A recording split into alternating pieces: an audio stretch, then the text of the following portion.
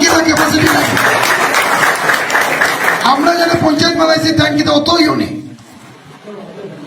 টাঙ্কিটা কোনো দায়িত্ব নাইনি, টাঙ্কিটা চালাইতে পারতে নাই। টাউনে কোনো বুদ্ধিশুদ্ধি দেওয়া থাকলে আপনি বাড়িতে, কিন্তু জিপির আপনি গিয়া দয়া করিয়া চাইবে না, বেকার আপনার মান সম্মানটা নষ্ট করিবেন না। জিপির তার সিদ্ধান্ত দিতে দিন। আমি সব অনুরোধ করবো যে এই বার্তাটা সমস্ত কাছাড়ে যাবে এবার, আর সমস্ত আসামে এবার এই বার্তা যাচ্ছে। আমি আপনাদেরকে অনুরোধ করব, মহিলা দেশের উপর রাষ্ট্রপতি হয়েছেন, মহিলা দিল্লির মুখ্যমন্ত্রী চালাতে পারেন। আরে মহিলার কি তা ক্ষমতা নাইনি? মহিলা আমাদের সুখ শান্তি সব দেয় মহিলা, বাড়িতে খাওয়া দাওয়া সবকিছু মহিলাদের ক্ষমতা আছে। তো তারা পঞ্চায়েত চালাইতে পারতো না? এটা তো হইতে পারে না, কোনো দিন হইতো না। ওনারা পঞ্চায়েত ভালোভাবে চালাবে।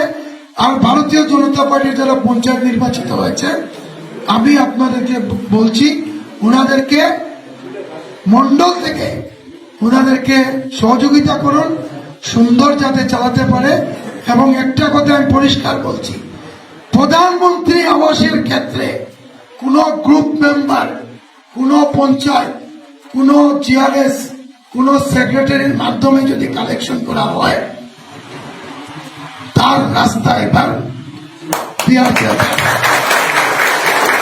আমি এই কথাগুলো আপনাদেরকে এই কারণে বলছি, আমার মাননীয় মন্ত্রী কৌশিক রায়ের করা বার্তা, আমাদের পরিমল শুক্রবৈদ্য সাংসদ ওনারও করা বার্তা, আমাদের প্রত্যেক এমএলএ থেকে শুরু করে সবাই করা বার্তা, যে প্রধানমন্ত্রী আবাস নিয়ে যদি কোনো পঞ্চায়েতকে দুর্নীতিতে লিপ্ত দেখা যায়, আমরা ওনার পক্ষে থাকবো না।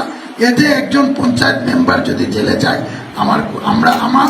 আমার কাছে দয়া করে কেউ আসবেন না, এবং মন্ডলকে অবশ্যই বলবেন না যে আমাকে বাঁচান।